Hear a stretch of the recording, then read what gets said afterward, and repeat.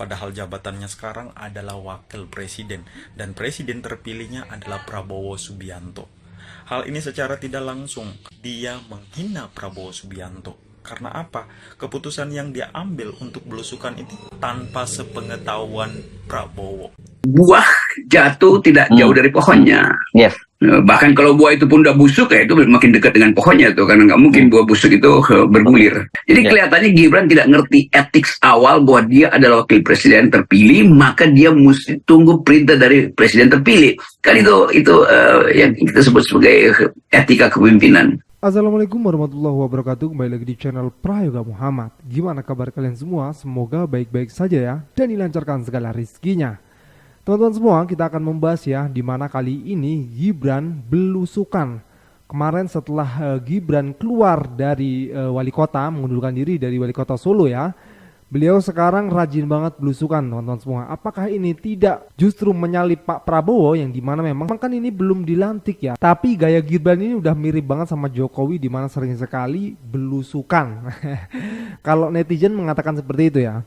Lalu apakah ini tidak dianggap menyelisihi ataupun mendahului Pak Prabowo sebagai presiden? Apakah nanti ketika dilantik mereka, Pak Prabowo tetap santai di istana dan Gibran yang belusukan atau gimana? Atau Gibran akan dijadikan seperti wakil presiden kemarin? Oke teman-teman semua, kita lihat dulu videonya.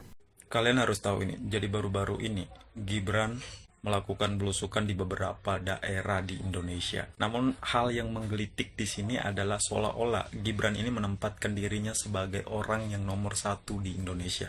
Padahal jabatannya sekarang adalah wakil presiden dan presiden terpilihnya adalah Prabowo Subianto. Hal ini secara tidak langsung dia menghina Prabowo Subianto. Karena apa? Keputusan yang dia ambil untuk belusukan itu tanpa sepengetahuan Prabowo. Gibran, kamu tuh harus sadar bahwa posisimu sekarang itu adalah wakil presiden dan harus siap menerima perintah dari Prabowo, bukan dari bapakmu. Jadi memang pepatah bilang buah jatuh tidak jauh dari pohonnya. Yes. Bahkan kalau buah itu pun udah busuk ya itu makin dekat dengan pohonnya tuh, karena nggak mungkin buah busuk itu bergulir. Jauh banget gitu, nggak mungkin dia jatuhnya ya. Oke. Ya. Oke. Tapi kan begini, ada dua soal. Saya kira kita mesti bahas satu persatu ya nanti. Kita sekarang pasti bisa membayangkan bahwa Pak Gibran itu polanya nggak akan jauh beda dari Pak Jokowi. Belusukan itu kan dari sisi belusukan itu kita tahu dengan keterbatasan narasi Gibran, pilihan belusukan itu paling tepat karena dia nggak perlu forum diskusi, dialog, seminar, nggak perlu, dia ketemu dengan rakyat, bagi-bagi susu, bagi apa gitu, kira-kira itu udah selesai dan kelihatannya memang populasi bangsa kita memang seperti itu yang terbanyak. Itu satu. Jadi Gibran dari awal kasih sinyal bahwa dia bukan sekedar wakil presiden loh yang nunggu briefing dari Pak Prabowo. Sekarang dia mulai menunjukkan bahwa dia itu akan jadi pemimpin bayangan dari Prabowo. Ini bahayanya nih, pemimpin bayangan. Padahal konstitusi kita mengatakan wakil presiden itu tidak ada fungsi apa-apa. Cuma nunggu kalau presiden tunjuk bahwa ini kamu belusukan, kamu ini nggak boleh. Wakil presiden itu mengambil alih dengan inisiatif dia sendiri dengan alasan apapun tanpa diperintah oleh presiden. Ya. Jadi mesti ada pembagian dari awal. Itu yang dilakukan oleh Pak SBY. Pak SBY betul-betul percaya pada Pak Yusuf Kala untuk bikin pembagian tuh. Jadi briefingnya jelas dari awal. Pak JK itu mengatur soal-soal kemanusiaan macam-macam. Tetapi itu adalah dasar karena ada pembagian kerja dari pasangan ini sejak awal, yaitu Pak SBY dan Pak Yusuf Kala waktu berkampanye sudah menunjukkan poin yang sama itu. Nah ini Gibran mengambil langkah yang kelihatannya terlalu jauh menyimpang itu. Mestinya Gibran itu diem aja, tunggu sampai dia dilantik. Itu namanya penghormatan pada Pak Prabowo tuh. Kalau sekarang kan kelihatannya ya Pak Prabowo aja belum ngomong apa-apa, belum menyebutkan portofolio Gibran, tapi Gibran udah ambil langkah. Mulai dengan berupaya bikin kongres relawan, kan itu pasti diperintahkan oleh Gibran kan. Kalian bikin kongres ya supaya saya bisa pidato atau kira-kira.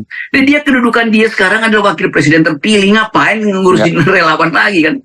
Jadi terlihat ada ambisi yang sama dengan bapaknya, itu dengan ayahnya, itu yang adalah Presiden Jokowi, untuk tetap memelihara suasana. Itu artinya kemana-mana Gibran akan dikawal oleh pers yang disewa oleh istana, kemana-mana akan ada lembaga survei yang siap-siap untuk menganalisis likability dan new electability dari Gibran. Jadi Gibran bersiap-siap untuk jadi presiden. Nah, secara politis ya bagus juga, tetapi secara etis itu artinya membuat Prabowo merasa ini anak mau ngapain. Suatu waktu nanti mungkin akan terjadi kesulitan psikologi antara gaya Prabowo dan gaya Gibran kan. Jadi kelihatannya Gibran tidak ngerti etik awal bahwa dia adalah wakil presiden terpilih, maka dia mesti tunggu perintah dari presiden terpilih. Kan itu yang kita sebut sebagai etika kepemimpinan. Buat kalian yang permasalahkan anak, mantu, keluarganya Jokowi yang mau berkontestasi di pilkada, gue mau nanya sama kalian. Anaknya Presiden SBY jadi anggota DPR, kalian nggak ribut kan waktu itu? Anaknya Presiden Megawati jadi anggota DPR, bahkan jadi ketua DPR, kalian juga nggak ribut waktu itu. Coba gue ajak kalian berpikir, lebih mudah mana? Jadi anggota DPR atau jadi kepala daerah? Lebih mudah jadi anggota DPR. Tinggal masukkan di dapil yang partainya kuat, pasti menang. Kedua, lebih tinggi mana? Gajinya anggota DPR atau gajinya wali kota, kepala daerah? Lebih tinggi gajinya anggota DPR. Ketiga, lebih bisa korupsi mana? Anggota DPR atau wali kota? Lagi-lagi, ini anggota DPR. Karena DPR mengesahkan undang-undang. Peluang uang haramnya jauh lebih besar daripada wali kota. Jadi, jalur yang dipilih oleh keluarga Presiden Jokowi ini nggak pernah jalur gampang. Selalu jalur yang sulit. Kalau mereka hanya ingin kekuasaan dan ingin uang, mereka pasti sudah lama melamar menjadi anggota DPR. Tapi mereka nggak pernah melakukan itu. Mereka selalu memilih jalur eksekutif yang sulit, mudah digunjing, dan sangat disorot oleh publik. Anggota DPR tidak disorot publik sebanyak kepala daerah. Jadi menurut gue, memang dari awal niat mereka ini memang mengabdi, bukan untuk hal yang macam-macam. Dan undang-undang nggak melarang anak presiden atau anak siapapun untuk maju di kontestasi pilkada. Jadi kalau gue ditanya, jujur, gue masih percaya sama keluarganya Jokowi. Walaupun memang ada beberapa kebijakannya yang buat tanda tanya besar buat gue. Tapi secara umum, gue masih percaya. Buat kalian yang permasalahkan anak, mantu, keluarganya Jokowi yang mau berkontestasi di pilkada. Sebelumnya mohon maaf ya Bapak dosen, ini kalau Bapak membandingkan keluarganya Jokowi dengan keluarganya SBY dan Megawati, keluarga mereka berdua ini tidak pernah bilang kalau mereka tidak tertarik ke dunia politik. Terus tiba-tiba karena melihat adanya secercah harapan dan dukungan dari masyarakat, ditambah lagi elektabilitas orang tuanya lagi bagus-bagusnya di dunia politik, terus masuk ke politik tuh. Jadi wali kota, jadi ketua partai, jadi wakil presiden tuh sekarang. Sekarang Bapak lihat aja, background pendidikannya si Puan. Puan lulusan Meskom, Pak. Wajar, relate ke politik. Walaupun suka matiin mic gak jelas juga, cuman at least dia dipersiapkan untuk menjadi politician. Sekarang Bapak lihat Agus. Agus lulusan militer, Pak. Sekarang Bapak lihat Edi. Edi ngambil master in political science kalau nggak salah. Dan sekarang Bapak bandingkan dengan dua biji itu. Yang dulu-dulu nggak tertarik ke dunia politik di tahun berapa tuh? 2018 kalau nggak salah. Pengen fokus jualan pisang sama martabak aja. Terus sekarang kenapa masuk ke politik? Karena brandnya nggak laku gitu. Atau apa? Aji mumpung, impulsif menurut gua. Banyak juga sih sebenarnya para bisnismen juga yang akhirnya masuk ke dunia politik ya untuk mengkontrol aturannya. Mungkin I don't know. Cuman at least kalau ngomong konsisten lah. Jangan ngomong A jadi Z, ngomong ini jadi itu. Bikin orang-orang kayak gue jadi bertanya-tanya dan agak sedikit emosi gitu ya Pak. Itu menurut pendapat saya Pak. Saya ngambil public relation dan social media sekolahnya. Sekarang saya lagi kuliah di Macquarie University. Jadi saya cukup kompeten untuk membicarakan hal ini. Kalau dilihat dari komponen retorik, saya sangat kompeten Pak untuk di dunia politik. Terima kasih, kena Allah. Masya Allah, ternyata Pak Gibran setulus itu selama menjabat jadi wali kota Solo nggak pernah ngambil gaji. Gila nggak lu? Keren banget, ini baru anak muda yang berbakti dan mengabdi kepada bangsa. Tapi gajinya nggak lebih besar dari tunjangannya. Lah Gibran nggak bakalan mau ngambil gajinya karena ada yang lebih besar daripada gajinya, yaitu tunjangannya. Menurut data Badan Pusat Statistik Kota Surakarta Solo, realisasi PAD Solo sebesar 1,78 triliun. Dan Gibran berhak memperoleh tunjangan operasional minimal 600 juta paling tinggi. Nah, jelas, ngapain ngambil yang kecil kalau ada yang gede? Kita tahu penjabat-penjabat negara kita gajinya nggak ada yang gede. Yang gede itu tunjangannya. Ini nggak usah sok-sok terkesan kalau ada penjabat bilang saya nggak mau nerima gaji. Karena emang yang gede tunjangannya, bukan gajinya, gila. Ya bener bang, sebenarnya itu udah jadi rahasia umum sih ya. Tunjangan tuh lebih besar daripada gaji. Tapi kadang-kadang ya kaum 58 ini kadang-kadang wah sekali gitu ya, digede-gedein gitu. Dan juga gawat juga nih kalau misalnya Gibran nurut apa kata-kata dari bapaknya, bukan dari Pak Prabowo sebagai presiden terpilih ya. Kayak sekarang ini yang dia kayaknya ambil inisiatif untuk belusukan gitu ya. Nah teman-teman semua, ini ramai lagi nih ya, ada seorang yang mengatakan bandar judi terbesar di Indonesia yang inisialnya T, dan itu pun membuat presiden kita kaget gitu. Coba tanggapan netizen gimana ya? Saya menyatakan di depan Presiden, Panglima TNI dan Kapolri, sebetulnya sangat mudah untuk menangkap siapa aktor di balik bisnis judi online di Kamboja dan siapa aktor di balik scamming online. Saya cukup menyebut inisialnya T aja paling depan lah. Yang kedua saya nggak perlu sebut, dan ini saya sebut di depan Presiden. Boleh ditanya kepada Pak Menko, Pak Mahfud MD saat itu, ya, Presiden kaget, Pak Kapolri kaget, agak cukup heboh rapat terbatas saat itu. Orang ini adalah orang yang selama Republik ini berdiri mungkin tidak bisa disentuh oleh hukum. Mohon maaf dengan segala hormat. Saatnya negara mengambil tindakan tegas, tidak hanya menyeret para calo, kaki tangan, tapi mampu hukum menyentuh para bandar, para tekong, mereka yang kita kategorikan sebagai penjahat, penjual anak bangsa. Sosok inisial T pengendali judol yang bikin Jokowi kaget. Yang pasti dia itu orang penting, antagonis, very powerful, sampai-sampai kebal hukum, bahkan presiden aja cuma bisa kaget, gak bisa nangkep. Kira-kira ciri-ciri fisiknya itu tinggi, kekar, hijau, Thanos kan? Thanos. Tangkap. Kagetan doang, kaget miris. Geram.